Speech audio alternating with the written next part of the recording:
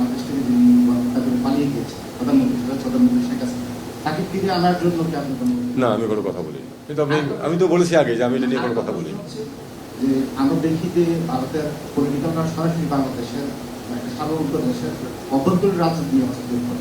আপনারা এখন পর্যন্ত আনুষ্ঠানিক কোনো প্রতিবাদ কাউকে জানেন না, জাতিসংঘকে না ইন্ডিয়ান। এখন কেন আপনার তো চুপ কেন? আপনারা কোথাও ভয় পাচ্ছেন? এইটা আসলে বিষয়টা আমি আপনাকে বলি, আমরা বিশ্বাস করি যে অভ্যন্তরীণ ব্যাপারে কারণ নাক গলানো উচিত না। আমরা কিন্তু যখন সামনাসামনি যখন আমরা কথা বলি, আমরা কাগজে হয়তো লিখি না, এটা কিন্তু আমরা সবসময় বলি যে এই ধরনের বিষয়ে এই ধরনের স্টেটমেন্ট নিতান্ত অনাকাঙ্ক্ষিত। কেন?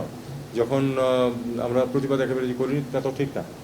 এই কী নাম, অমিত শাহের বক্তব্যের আমরা খুব শক্ত প্রতিবাদ করেছি, ওপেনলি কন্ডেম করেছি। আর চেয়ে বেশি আর কি করা যায়? ৭১-এর ব্যাপারে আমাদের কারো কিন্তু কোনো সন্দেহ বা কোনো ধরনের দ্বিধা কখনোই কিছু নেই, এবং ৭১-এর যে শহীদদের প্রতি শ্রদ্ধা আমরা অহরহ সবসময় জানিয়ে থাকি। এখন একটা সভাতে এটা এই মুহূর্তে যেই সমস্যা, যেই মানুষগুলো এবং আমাদের এই পরিস্থিতি যাদের উপলক্ষে সৃষ্টি, তাদের প্রতি শ্রদ্ধা জানিয়ে আমি শুরু করছি। এটার অর্থ এই নয় যে ৭১-এর শহীদদের প্রতি শ্রদ্ধার কোনো অভাব আছে, কখনোই কোনো ক্ষেত্রেই। সেটা প্রতিবার উল্লেখ না করলেও কিন্তু সেটা থাকবে। আমরা এটা নিয়ে কিন্তু কোনো ধরনের, কারণ ৭১ হলো আমাদের এমন একটা জিনিস আমাদের বুকের মাঝে আছে যেটা নিয়ে কখনোই আমাদের কোনো, যারা এ নিয়ে কোনো সন্দেহ সৃষ্টি করবে তারা কিন্তু বাংলাদেশের প্রতি তাদের আকর্ষণ।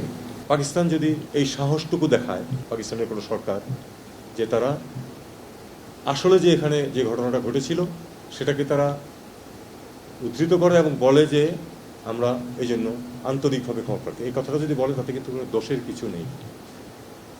জাপান কিন্তু গত ৭০ বছর যাবৎ কিন্তু তাদের কৃতকর্মের জন্য মাফ চেয়ে যাচ্ছে।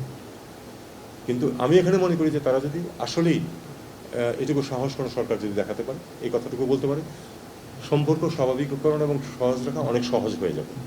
তবে পাশাপাশি আমি মনে করি যে এই কারণে একেবারে সম্পর্ক আটকে রাখা সেটারও কোনো প্রয়োজন নেই। আমরা তো পাকিস্তানের সাথে এক ধরনের সম্পর্ক বজায় রেখে আসছি না, সেটা গত কয়েক বছরে হঠাৎ করে একেবারেই ইচ্ছাকৃতভাবে অনেকটা আমাদের স্বার্থেরও বিরুদ্ধে যায়, এরকম ক্ষেত্রেও কিন্তু কারণ করা হয়েছে। সম্পর্কের ক্ষেত্রে কোনো ধরনের কোনো প্রতিবন্ধকতা যাতে না হয় সেটার জন্য এটা হলো সবচেয়ে ভালো পদ্ধতি। সেটা কবে আসবে কিনা আমি জানি না, কিন্তু আমি মনে করি যে স্বার্থ যেখানে আছে সেখানে কিন্তু সম্পর্ককে এগিয়ে নিয়ে যাওয়াই উচিত। সত্যিকার অর্থে ভারতের সাথে সম্পর্কের বিষয়টা ওইভাবে আসে না যে ভারতের সাথে আমরা তো এর আগেই তো এটা স্পষ্ট ছিল যে ভারতের সাথে আমাদের বাইলেটারাল মিটিং হয়েছে ভারতের পররাষ্ট্রমন্ত্রীর সাথে, এবং সেখানে বলা হয়েছে দুই পক্ষই ভালো সম্পর্ক করতে চায়। কাজেই তাদের তো এর চেয়ে বেশি কিছু জিজ্ঞেস করার কিছু থাকতে পারে না অন্যান্য দেশের যারা পররাষ্ট্রমন্ত্রী বা প্রেসিডেন্ট প্রাইম মিনিস্টার যারা আছেন। আমরা মূলত দ্বিপাক্ষিক বিষয়গুলো নিয়ে কথাবার্তা বলেছি।